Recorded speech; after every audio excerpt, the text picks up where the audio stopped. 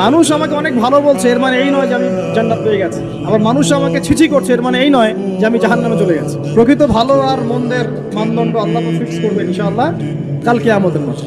ফামান যুহজিহা আনিন নার ওয়া উদখিলাল জান্নাতা ফাকাদ ফাজ।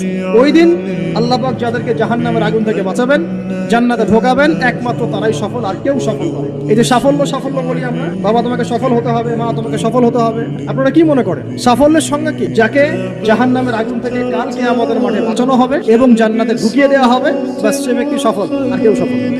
যার হৃদয়ের মধ্যে যাররা পরিমাণ অহংকার থাকবে, আল্লাহ পাক তাকে জান্নাত দিবেন না। অহংকার আল্লাহর চাদর। অহংকার কার চাদর? আল্লাহর চাদর। আল্লাহর চাদর নিয়ে টানাটানি করলে আল্লাহ পাক জান্নাত দিবেন না। অহংকার কাকে বলে? বাতারুল হক ওয়া গমতুন নাস, সত্যকে প্রত্যাখ্যান করা আর অন্য মানুষকে তুচ্ছ তাচ্ছিল্য করা, এটা হচ্ছে অহংকারের নিদর্শন। দোয়ার জন্য হুজুর ডাকতে হবে না, দোয়ার জন্য আমাকে ডেকে বাসায় খাওয়ানোরও দরকার নেই। আপনার দোয়ার জন্য আপনি যথেষ্ট। নামাজে দাঁড়ান, নামাজের সেজদায় দোয়া করেন। নফল নামাজ পড়েন, নফল নামাজের সেজদায় দোয়া করেন। নামাজের পরে হাত তুলে দোয়া করেন প্রয়োজনে।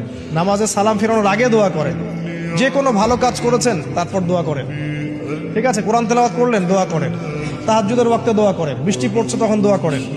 ঠিক আছে, মানে দোয়া কবুলের মোমেন্ট, সময়গুলো, আজান হয়েছে, আজান ইকামতের মাঝখানে দোয়া করেন। এই যে এখন খুতবা হচ্ছে, এই সময় দোয়া করেন, দোয়া কবুল হবে। দিনী মসজিদে বসেছেন, দোয়া করেন, দোয়া করতে থাকেন। যত বেশি আপনি দোয়া করতে পারবেন আল্লাহর কাছে, ইনশাআল্লাহ আল্লাহকে আপনি তত কাছে পাবেন ইনশাআল্লাহ।